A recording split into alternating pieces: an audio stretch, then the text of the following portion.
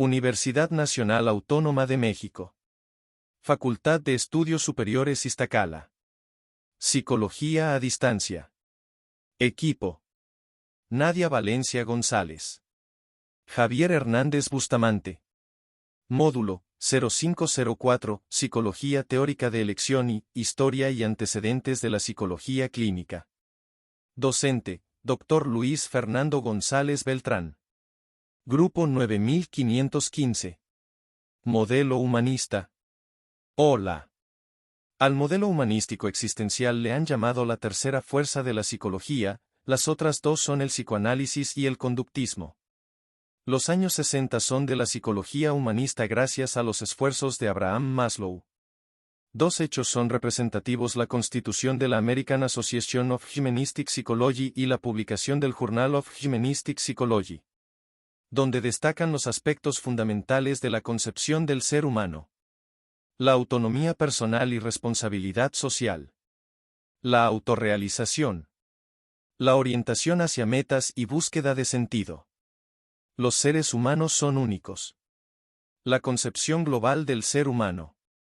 Este modelo tiene como antecedentes el romanticismo y el existencialismo, también el método fenomenológico. Sus antecedentes filosóficos le dan una visión del ser humano y de la forma de adquirir conocimiento completamente diferente a los racionalistas, empiristas y sensacionalistas. Significa que tenían una visión donde los humanos poseen el intelecto e ideas derivadas de la experiencia sumado a una amplia variedad de instintos y sentimientos irracionales. La guía para la conducta humana son los sentimientos. Esa es la influencia del romanticismo, siendo Goethe y Schopenhauer los exponentes del romanticismo. Mientras que el existencialismo influye con las interpretaciones personales y subjetivas de la vida y las tendencias establecidas a partir de esas interpretaciones. Filósofos como Kierkegaard, Nietzsche y Dostoyevsky son considerados existencialistas. Tienen en común haber estudiado el significado de la existencia humana y tratar de recuperar la importancia de los sentimientos humanos, el libre albedrío y la capacidad de elección, así como la individualidad y la responsabilidad personal. Figuras importantes como Hegel con su tratado Fenomenología del Espíritu en 1807 y Edmund Husserl fundamentan las nociones conceptuales de la fenomenología pura y Jaspers sostiene la fenomenología descriptiva. El punto de partida de la fenomenología es la crítica que hace Husserl al psicologismo y la afirmación de que las verdades matemática y la lógica son distintas a las verdades de la psicología, ya que éstas pueden variar no como las verdades de derecho que son invariables. También propuso dos tipos de introspección, una centrada en la intencionalidad y la otra centrada en cualquier proceso que experimentaba subjetivamente una persona. Lo cual propone ver al objeto y detenerse, reflexionar y describir la experiencia entera y con significado de ver al objeto como una experiencia entera. Eso es la fenomenología pura. El objetivo es describir las esencias mentales por las que los hombres experimentan a sí mismos, al mundo y a otros hombres mediante la información exacta de lo que aparece en la conciencia después de adoptar la actitud reflexiva. De la fenomenología husserliana se derivan dos dicotomías: forma, contenido y explicación. Comprensión para explicar fenómenos aislados y poder explicar lo formal y comprender el contenido. Jaspers propone un método para recoger información y comprenderla, que consiste en la descripción por empatía. El objetivo es describir tan claramente como fuera posible las diversas situaciones psicológicas tal como son experimentadas por el paciente. Esto forma parte de la fenomenología descriptiva. La fenomenología explica la realidad en función del sujeto que la percibe y el objeto o sucesos que se encuentran en la realidad externa. Es necesaria la experiencia, vivenciarla y reflexionar sobre ella.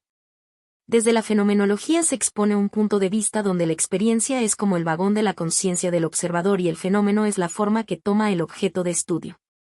La experiencia inmediata es lo que podemos llegar a conocer con certeza. Existe una relación entre individuo y mundo, lo real se deriva de esa relación. El fenómeno y la experiencia, el mundo de la vida es el comienzo, el primer momento donde empieza la teoría, donde convergen la universalidad del conocimiento y la singularidad del investigador. Por lo tanto es relativa, inacabada y modificable. Hallin y Carroll 1999 definen la fenomenología como el estudio metodológicamente riguroso y no sesgado de las cosas tal como aparecen.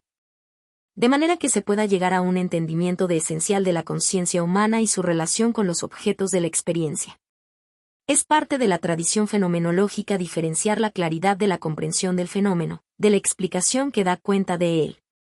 Derivado de querer explicar el qué, cómo y por qué del fenómeno, la investigación fenomenológica busca la descripción más completa y exhaustiva a partir de la experiencia inmediata que el investigador tiene, garantizando así la singularidad e irrepetibilidad del fenómeno que está presente y es observable, no en lo sospechado o en los juicios del observador. Las dificultades rayan en que las experiencias individuales son difíciles de homogeneizar, por lo cual experiencias de un mismo fenómeno pueden ser distintas o divergentes. Los sesgos limitan, distorsionan la experiencia que un individuo específico tenga de un fenómeno. La fenomenología propone dos formas de observar el fenómeno cognitivo: desde el plano epistemológico y desde el plano metodológico. A través de sistemas filosóficos, disertaciones de pensadores, debates, cuestionamientos de la realidad externa en función objeto y sujeto, observando la realidad percibida, los fenómenos, el mundo de la vida, las múltiples experiencias y dándole valor a la experiencia inmediata. La fenomenología pretende resolver tres cuestiones: cómo se relacionan la conciencia y sus contenidos en el mundo, cómo se pueden distinguir los fenómenos mentales de los físicos, cómo se pueden distinguir los fenómenos mentales entre sí. La fenomenología clínica se apoya en la fenomenología comprensiva, cuyo objetivo es comprender el trastorno que se está presentando en la persona de acuerdo a sus circunstancias personales concretas e inmediatas y el marco social de fondo en el que está inmerso el sujeto. Lo relevante es captar el sentido del trastorno, es decir, su significado y función. Psicoterapia basada en la persona. Rollers, 1951, 1961. En las psicoterapias de orientación humanista existencial se basa en clarificar y transformar el mundo interior del cliente descrito al terapeuta, quien lo comprende de manera empática. Se da un relevante enriquecimiento mutuo. Psicoterapeutas corporales. Reich, 1942-1949. Considera los procesos psicológicos y corporales tal como son experimentados y descritos fenomenológicamente por el paciente. La fenomenología post-reichiana pretende transformar la experiencia que tiene de sí mismo y de su propia realidad corporal, alejándose del interés por intervenir de modo mecánico con la finalidad de generar cambios observables. Terapia Gestalt. Peirce, 1947 a 1951. Utilidad clínica de la contrastación y clasificación de las diferencias más llamativas entre las descripciones fenomenológicas de la experiencia del cliente y las hechas por su psicoterapeuta. Se trata de ampliar la capacidad de darse cuenta de facetas no conocidas. Herramientas clínicas. Como el empleo oportuno de la autorrevelación, diálogo terapéutico. Terapia existencial. Esta terapia aborda los problemas con relación a ciertas preocupaciones básicas de la vida y ofrece un procedimiento práctico. Emplea un método de relación interpersonal y de análisis psicológico con la finalidad de promover un conocimiento de sí mismo y una autonomía suficientes para asumir y desarrollar libremente la propia existencia. ¿Cuál es el proyecto existencial de la persona? El objetivo sería analizar ese proyecto y su modificación. Con ello se pretende cambiar la percepción que tiene la persona sobre las cosas y recuperar al ser humano para su autoposesión y autodeterminación. Los trastornos y la psicopatología para la terapia existencial son formas inauténticas de existencia, estancamientos o vacíos existenciales, defensas o negaciones, renuncias o pérdidas de libertad. Logoterapia, creada por Viktor Frankl derivado de sus terribles experiencias durante la Segunda Guerra Mundial, al sistematizar sus reflexiones creó su propio enfoque, la logoterapia. Considerada como la tercera escuela de psicoterapia, las anteriores serían representadas por Freud y Adler. La logoterapia encuentra que la primera fuerza motivante del hombre es la lucha por encontrarle sentido a su propia vida. Cuando se pierde el sentido de la vida se produce un tipo de neurosis. La labor del terapeuta consiste en ayudar al sujeto a encontrar o restablecer el sentido de su vida, extrayendo significados en todo momento, hasta del sufrimiento. Frankl plantea que el ser humano tiene la capacidad de autodistanciarse y autotrascender mediante la terapia. Estas capacidades se potencian utilizando técnicas como la intención paradójica y la de reflexión. El objetivo cardinal de la psicoterapia humanista existencialista es enriquecer y profundizar la experiencia del cliente, capacidad para observar sus preconcepciones y prejuicios propios, acercarse de manera abierta a la propia experiencia, contribuir, promover y facilitar el cambio de su personalidad. ¿Qué es la psicoterapia, paciente-terapeuta? Es compartir múltiples dimensiones de la experiencia y atribuirle diferentes significados. Moreira, 2001. Es una vuelta a las cosas mismas y convertirlas en vivencias actuales en su estado bruto, directo e inmediato. Husserl. Una suma de lugares experienciales y existenciales, en cada sesión. Es preguntar, ¿qué es lo que no estamos viendo?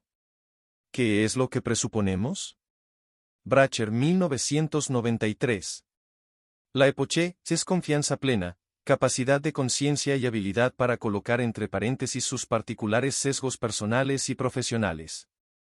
Describir la experiencia inmediata como aparece en el presente. John Teff, 1993. Es un ir y venir entre la experiencia fenomenológica y el presente. Momento presente es el eje primario de la existencia humana y del proceso terapéutico. Capacidad de reconocer, asumir la propia historia y de construir un proyecto vital que lo guíe y dé sentido a su existencia. Desde este punto de vista de la terapia humanista, la ansiedad es una parte necesaria de la vida auténtica, hasta necesaria porque es parte de elegir lo desconocido, y de no dejar en manos de otros nuestra propia vida.